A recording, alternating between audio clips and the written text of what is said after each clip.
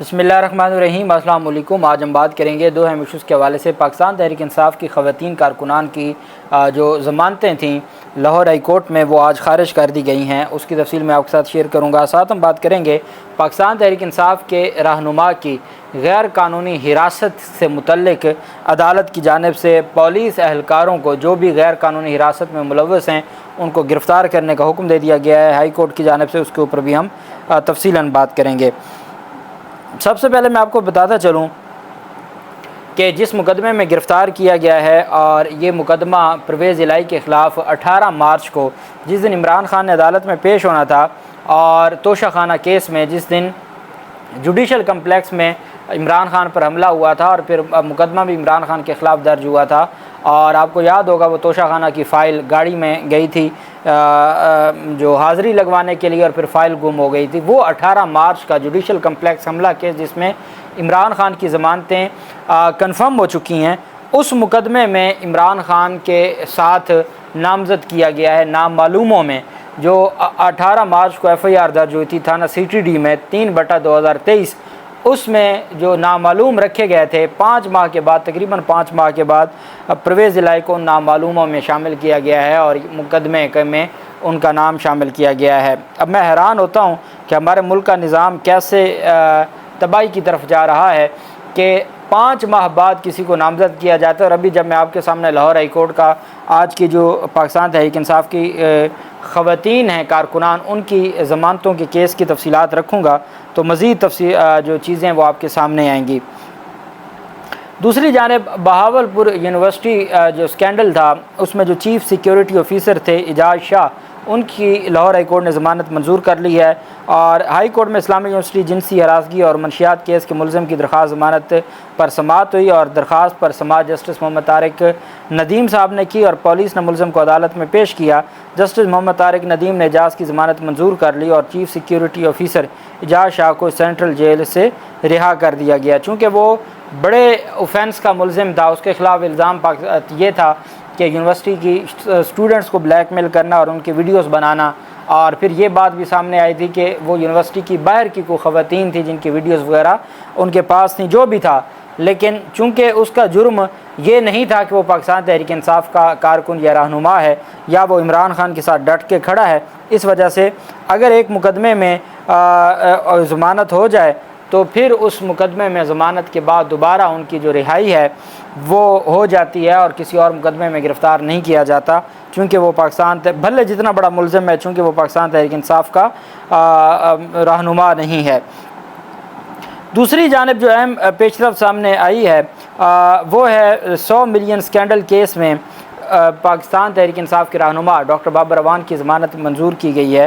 उनके ख़िलाफ़ अदालत में समाअत हुई। नैब तफ्तीशी अफसर उमर नदीम और नैब प्रोसिक्यूटर सुहेल आरिफ अदालत में पेश हुए।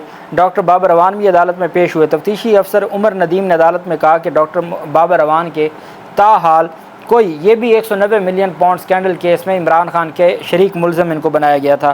तो उन्होंने कहा जी कि डॉक्टर बाबर अवान के ताहाल कोई वारंट जारी नहीं किया। एहतसाब अदालत के जज मोहम्मद बशीर ने कहा कि नैब के मुताबिक आपकी गिरफ़्तारी मतलूब नहीं है, लिहाजा वारंट भी नहीं है। बाबर अवान ने अदालत में कहा कि मुझे नोटिस मौसूल हुआ जिसमें नैब ने तलबी का रखी थी और मैंने जवाब भेजा, मेरे पास 190 मिलियन पाउंड से मुतल्लिक कोई दस्तावेज़ नहीं है, मैं बाहर था। दूसरा नोटिस नैब की जानिब से मुझे मौसूल हुआ। इमरान खान से ने कोई पैसा लिया हो तो नैब बताए, कुछ करप्शन की तो बताएं। नैब को देखना चाहिए कि कितने तलबा इस वक्त अलकादर यूनिवर्सिटी में पढ़ रहे हैं। 1100 अरब रुपए खाकर लोग भाग गए और हम पर इल्ज़ाम लगा रहे हैं कि पैसे खा गए हैं। नैब दफ्तर में बयान दिया, जवाब दिया। नैब का ये कहना कि वारंट नहीं, तो ये कोई जवाब नहीं है। ऐसा है तो ज़मानत कन्फर्म कर दें, सबको मालूम है कि जो मैंने जवाब दिया ठीक दिया।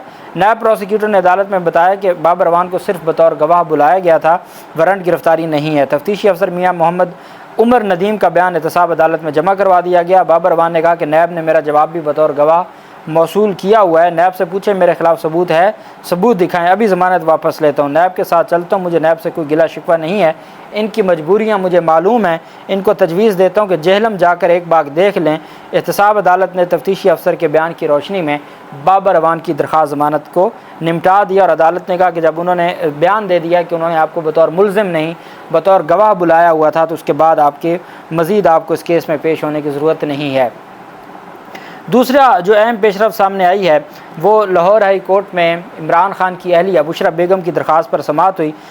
उसमें ये मौक़िफ़ अपनाया गया था कि मुझे मेरे खावंद की तरह गिरफ़्तार करना चाहते हैं, मेरे ख़िलाफ़ तमाम मुकदमात की तफसीलात तलब की जाए और तब तक मुझे गिरफ़्तारी से रोका जाए। अदालत ने दरख्वास्त पर इमरान खान की अहलिया पर मुकदमात इंक्वायरियों की तफसीलात के असूल की दरख्वास्त पर समाअत हुई। अदालत ने दरख्वास्त पर मुतल्लिक़ा हुकाम को नोटिस जारी कर दिया। अदालत ने हुक्म दिया कि जो महकमा जिस रोज़ रिपोर्ट जमा करवाए उसके बाद FIR या इंक्वायरी नहीं निकलनी चाहिए। अगर अदालत के हुक्म की खिलाफ वर्जी हुई तो मुतल्लिक़ा अफसरान ज़िम्मेदार होंगे।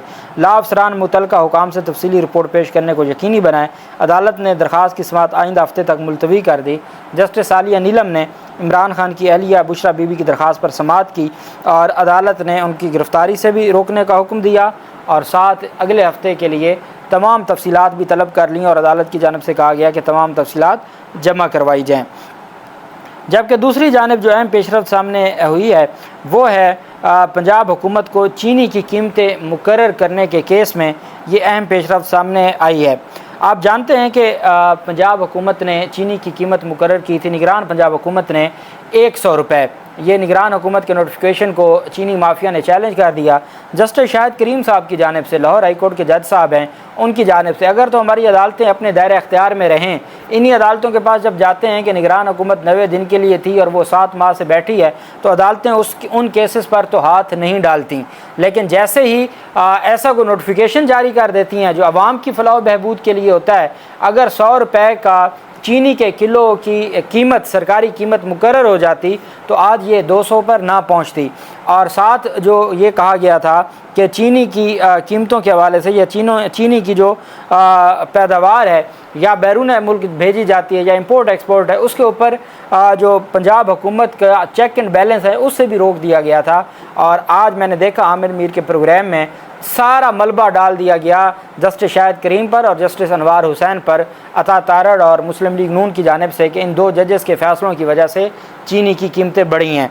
और असल में तो जस्टिस अनवार हुसैन ने SW आदम शुगर मिल्स में दीगर दरख्वास्तों पर समाअत की और अदालत ने कहा कि जो कैन कमिश्नर का नोटिफिकेशन था उसके हुक्म इम्तनाई में तौसीह कर दी और फ़ाइल भिजवा दी है चीफ जस्टिस को कि डिवीज़न बेंच बनाया जाए और डिवीज़न बेंच इस सारे मामले को देखे। 31 जुलाई 2023 को लाहौर हाई कोर्ट से रजू किया था और तब से स्टे ऑर्डर चल रहा है और आज तक वही स्टे ऑर्डर बरकरार है और मज़ीद कार्रवाई आगे बढ़ाई जा रही है और कोई पूछने वाला नहीं है।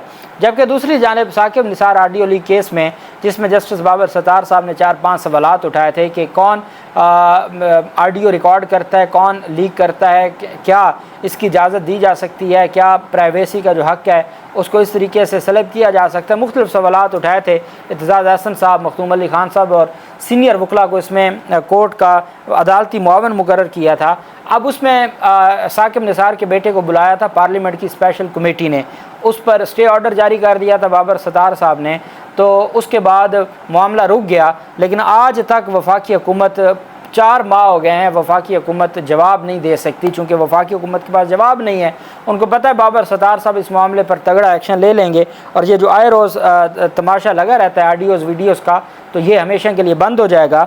हत्ता कि बाबर सत्तार साहब को कहा गया था कि ऑडियो लीक्स इंक्वायरी कमीशन बना था सुप्रीम कोर्ट के जज की सरबराही में, तो उसको सुप्रीम कोर्ट ऑफ पाकिस्तान में मामला पेंडिंग है। तो बाबर सत्तार साहब ने कहा जी कि हम भी इस केस को देख लेते हैं, हो सकता है हम सुप्रीम कोर्ट की क्यों मुआवनत कर दें। आज फिर समाअत हुई। Additional attorney general Munawar Iqbal Duggal अदालत के सामने पेश हुए और कहा कि अटॉर्नी जनरल बैरून मुल्क हैं, मेहरबानी करके टाइम दें, अटॉर्नी जनरल साहब वापस आएंगे तो जवाब देंगे।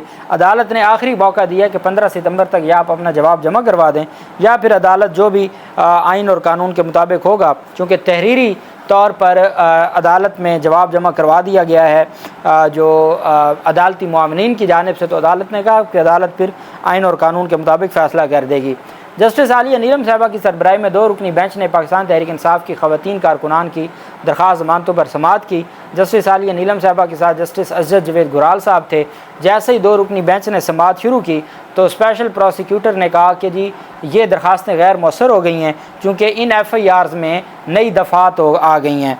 जब नई दफ़ात आ जाएँ तो पहले इनको मुतलका जो अदालत है, ट्रायल कोर्ट है, वहाँ दोबारा दरख्वास्त ज़मानत दायर करनी पड़ेगी।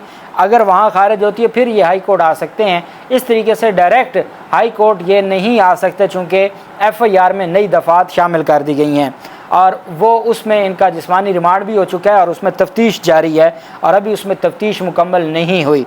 तो सरकारी वकील ने अदालत में कहा कि मुकदमे में नई दफ़ात शामिल हो चुकी हैं, नई दफ़ात के तहत मुलजमान से तफ्तीश करनी है। जस्टिस आलिया नीलम ने रिमार्क्स देते हुए कहा कि पहले शामिल तफ्तीश हों फिर ट्रायल कोर्ट में ज़मानतें फ़ाइल करें। जस्टिस आलिया नीलम की सरबराही में 2 रुकनी बेंच ने समाअत की और उन्होंने दरख्वास्त ने यह कहकर खारिज कर दी कि पहले आप शामिल तफ्तीश हों, उसके बाद फ्रेश दरख्वास्त ज़मानतें फ़ाइल करें ट्रायल कोर्ट में। अगर वहाँ आपके ख़िलाफ़ फ़ैसला आता है तो फिर आप हाई कोर्ट आ जाएँ। ये 3 माह के बाद हाई कोर्ट ने दरख्वास्तें आज खारिज कर दी, ये कहकर कि 4 माह के बाद, होना तो ये चाहिए था कि हमारी अदालतों को ये देखना चाहिए था कि 4 माह के बाद कैसे नया ऑफेंस ऐड किया जा सकता है और नया ऑफेंस ऐड करना उसका मकसद ही यही है कि हाई कोर्ट के हाथ पांव बांध दिए जाएं ज़मानतों के मामले पर। लेकिन अदालत ने कमाल शफकत फरमाते हुए बग़ैर इफ़ एंड बट के, बग़ैर डिस्कशन के दरख्वास्त ज़मानतें खारिज कर दी कि पहले अब जाएँ, फ्रेश दरख्वास्त ज़मानतें फ़ाइल करें और फिर उसके बाद लाहौर हाई कोर्ट आइएगा। दूसरी जानिब इस्लामाबाद हाई कोर्ट ने लापता सियासतदान की बायाबी के हवाले से, ये पाकिस्तान तहरीक इंसाफ के रहनुमा हैं जो सदाकत अब्बासी का जो मामला था, उनकी रिहाई का मामला था और उनको जो गिरफ़्तार किया गया था और वो गिरफ़्तारी तो बेसिकली नहीं थी, वो लापता हो चुके हैं सदाकत अब्बासी। उनकी दरख्वास्त पर जस्टिस तारिक महमूद जहांगीरी साहब ने समाअत करते हुए FIA को हदायत की है कि ऐसे पुलिस अफसरान और अहलकार उनके वारंट गिरफ़्तारी जारी करें जो मुबैना तौर पर गैर कानूनी तौर पर शहरियों को हिरासत में लेने में मुलव्वस हैं। पाकिस्तान तहरीक इंसाफ से तल्लुक़ रखने वाले साबिक़ रुकन कौमी असम्बली की बायाबी की दरख्वास्त पर सीनियर सुपरिटेंडेंट पुलिस अदालत में पेश हुए और IG इस्लामाबाद की जानिब से जवाब जमा करवाया गया कि इस केस में हमारे पास नहीं है, हमने गिरफ़्तार नहीं किया, इस्लामाबाद पुलिस ने गिरफ़्तार नहीं किया और कहा कि एक सीनियर अफसर मुकर्रर कर दिया है, वो वज़ारत दिफा से और बाकी जो वज़ारतें हैं उनसे भी पूछेंगे और फिर अदालत में तफसीली रिपोर्ट जमा करवाएंगे। तो उस पर साबिक़ रुकन कौमी असम्बली के भाई उस्मान गनी सदाकत ने हब्स बेजा में रखने की दरख्वास्त जमा करवाई। दरख्वास्त गुज़ार ने अदालत को बताया कि नामालूम अफराद ने उनके भाई को पार्लियामेंट लॉजेस के बाहर से अगवा किया और इस्तदा की कि अदालत मुतल्लिक़ा हुकाम को हदायत दे कि उन्हें पेश किया जाए। अदालत ने 13 सितंबर तक समाअत को मुलतवी करते हुए हुक्म जारी किया कि जो पुलिस अफसरान लापता करने में मुलव्वस हैं उनको अगवा में मुलव्वस हैं उनके ख़िलाफ़ वारंट गिरफ़्तारी जारी किए जाएँ। इसी तरह का जस्टिस बाबर सत्तार साहब ने फ़ैसला जारी किया जिसमें एक शहरी को हब्स बेजा में रखा गया था और जब पुलिस से पूछा गया कि आपने कुछ फैसलाबाद से शहरियों को हब्स बेजा में रखा है जिसमें एक बच्चा 4 साल का और एक 7 साल का है, इस्लामाबाद पुलिस ने कहा हमने नहीं रखा। अदालत ने FIA को कहा कि आप इंक्वायरी करें। FIA की इंक्वायरी में साबित हो गया कि उन्होंने हब्स बेजा में रखा हुआ था शहरियों को। उस पर अदालत ने ना सिर्फ तौहीन अदालत की कार्रवाई की बल्कि FIA को कहा कि इनके ख़िलाफ़ मुकदमा दर्ज करें और इनको गिरफ़्तार करें। तो अदालत ने सीनियर पुलिस अफसरान समेत इस्लामाबाद के 10 अफसरान और अहलकारों को गिरफ़्तार करने का हुक्म दे दिया जस्टिस बाबर सत्तार साहब ने। और अदालतें अगर अपने फ़ैसले और फिर उन पर अमल दरामद करवा लें तो ये बहुत बड़ी डेवलपमेंट होगी और ये कौम की एक बड़ी खिदमत होगी। अल्लाह पाक पाकिस्तान का हामी नासिर हो। बहुत शुक्रिया। अल्लाह हाफिज़। पाकिस्तान ज़िंदाबाद।